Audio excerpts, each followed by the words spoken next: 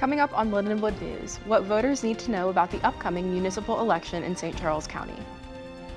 Plus, after that, we interviewed a former paramedic to learn about what goes on call.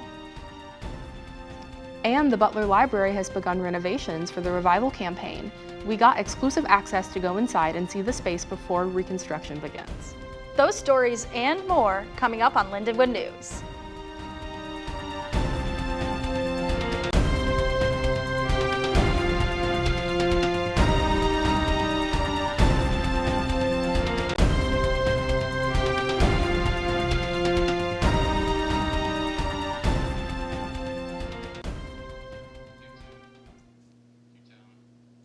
Hello and welcome to Lindenwood News. I'm Nicole Schaefer. And I'm Kay Copeland. The April 7th municipal election is approaching, and more than 300,000 St. Charles County voters will see local issues on the ballot when they head to the polls.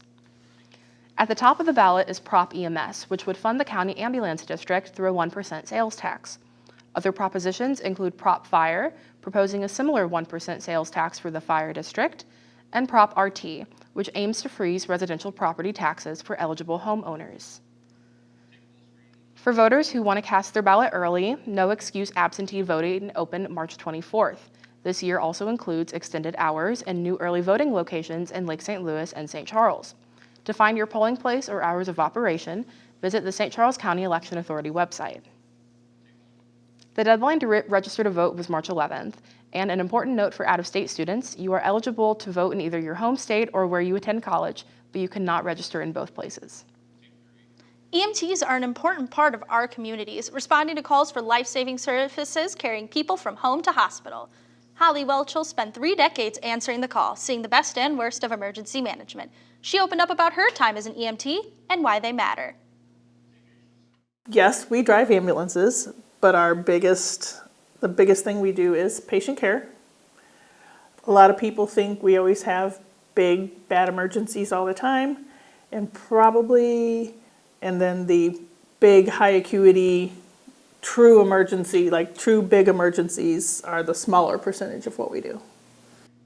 Not only this, but we also learned what her favorite part of the job was. Cliche, I loved taking care of patients. I loved getting to know, we had, the patients that we run on quite often. I got to know a lot of them. We as a district, some of us attended funerals with people that we had gotten to know that we were there for throughout their illnesses. Tough, fun job. I loved it. Whether you have personally been helped by an EMT or admire them from on screen, these people are truly lifelines for care and health. Last Saturday, hundreds of protesters lined the streets of St. Charles to participate in the nationwide No Kings protest. Many attendees claimed they were motivated by recent political developments.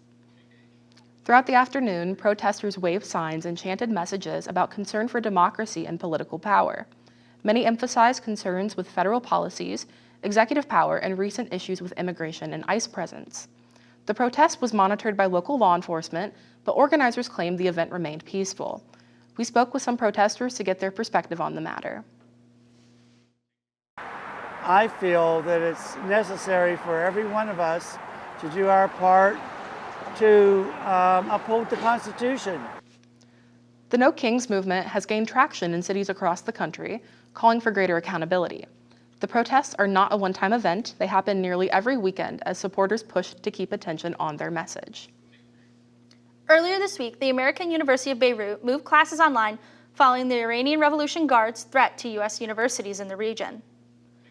An alleged threat was made on Sunday following ongoing conflict between Iran and the United States, causing classes and exams to be carried out remotely. The threat was relating to targeting U.S. universities in the Middle East. The American United University of Beirut is located in the heart of Beirut and is one of the most prominent U.S. institutions in the region. Students and staff were advised to stay away from campus until the threat was cleared. At this time, the university is claiming there is no evidence of a direct threat, but out of an abundance of caution, they study remotely on Monday and Tuesday of this week. Lindenwood's Campus Activities Board partnered with the American Foundation for Suicide Prevention this weekend to host an Out of the Darkness walk to raise awareness about the importance of mental health. Photographer Chase Cuddy captured stories about how suicide and suicidal thoughts impact the community. 1, 2, 2, 3. The Out of the Darkness Walk is offered by the American Foundation for Suicide Prevention. And the American Foundation for Suicide Prevention hosts these walks so we can come together as a community just to support wellness, mental wellness, but also support those people who have thought about committing suicide and taking their life by suicide, and people who have taken their life by suicide. My brother was 31. He took his life. He was an undercover drug enforcement agent here in St. Louis. He was physically hit by cars, multiple cars, battering rams. I mean, when you do that type of undercover job, and it just took a toll on his feet of all things, not being able to stand because it was so painful. The doctor called and said, "You're going into a wheelchair. There's nothing we can do."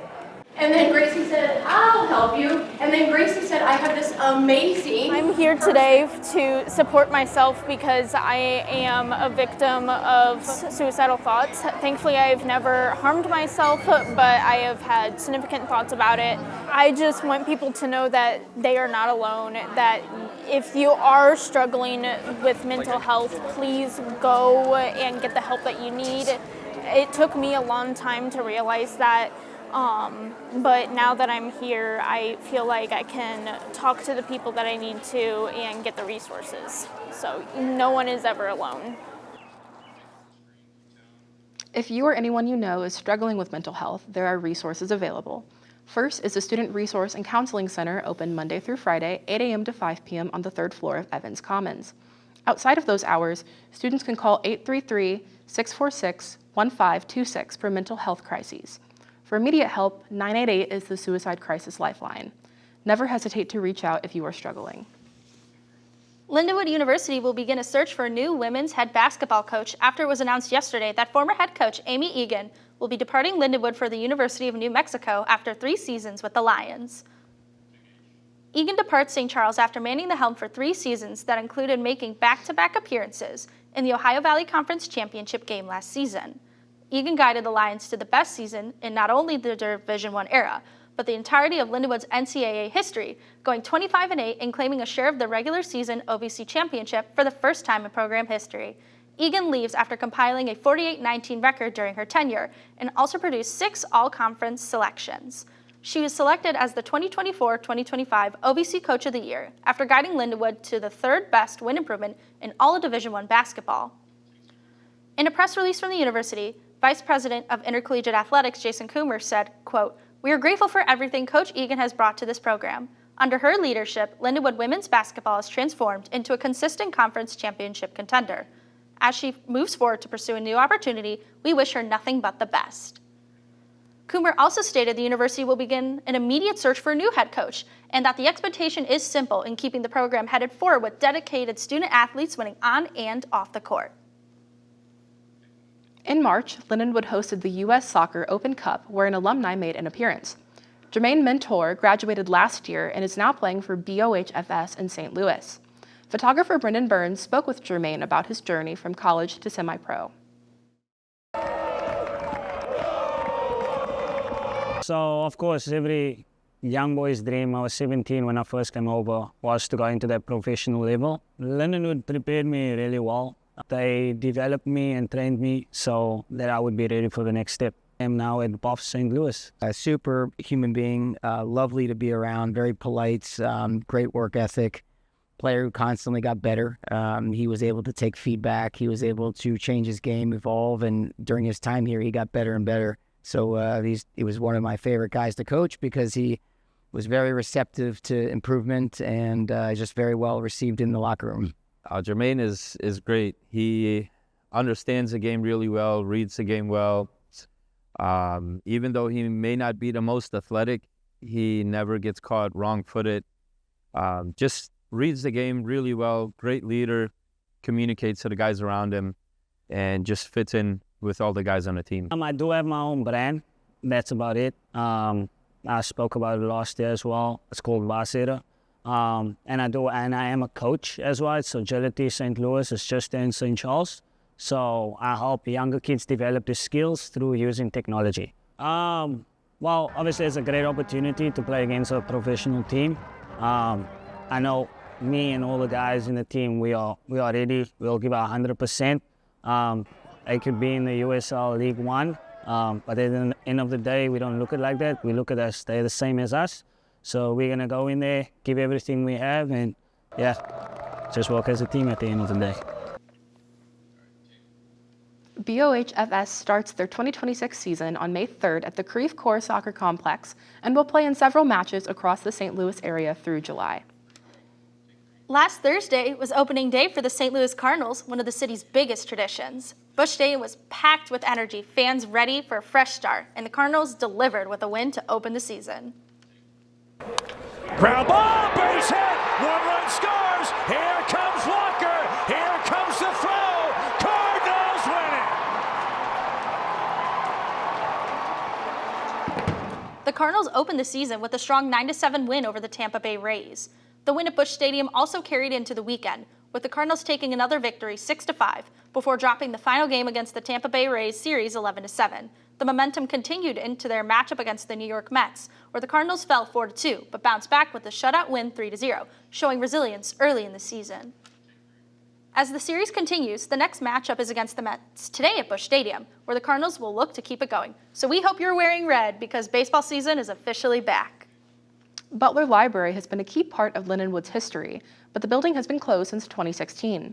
Last month, the university started renovations to transform the building into an event and gathering space for the Lindenwood and St. Charles communities.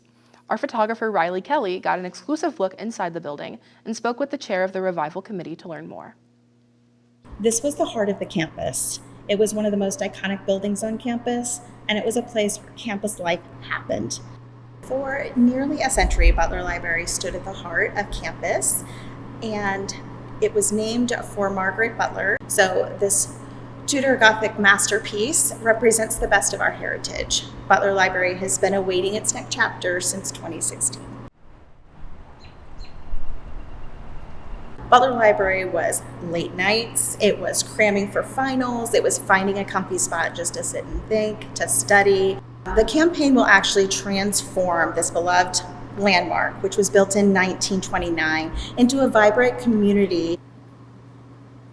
The Tudor Gothic architecture, original chandeliers, and historical details will be preserved and restored. The renovation honors the building's heritage while adding modern amenities. Construction will begin in 2026, so the summer of this year. The grand reopening is scheduled for 2027, and then our centennial celebration will be in 2029.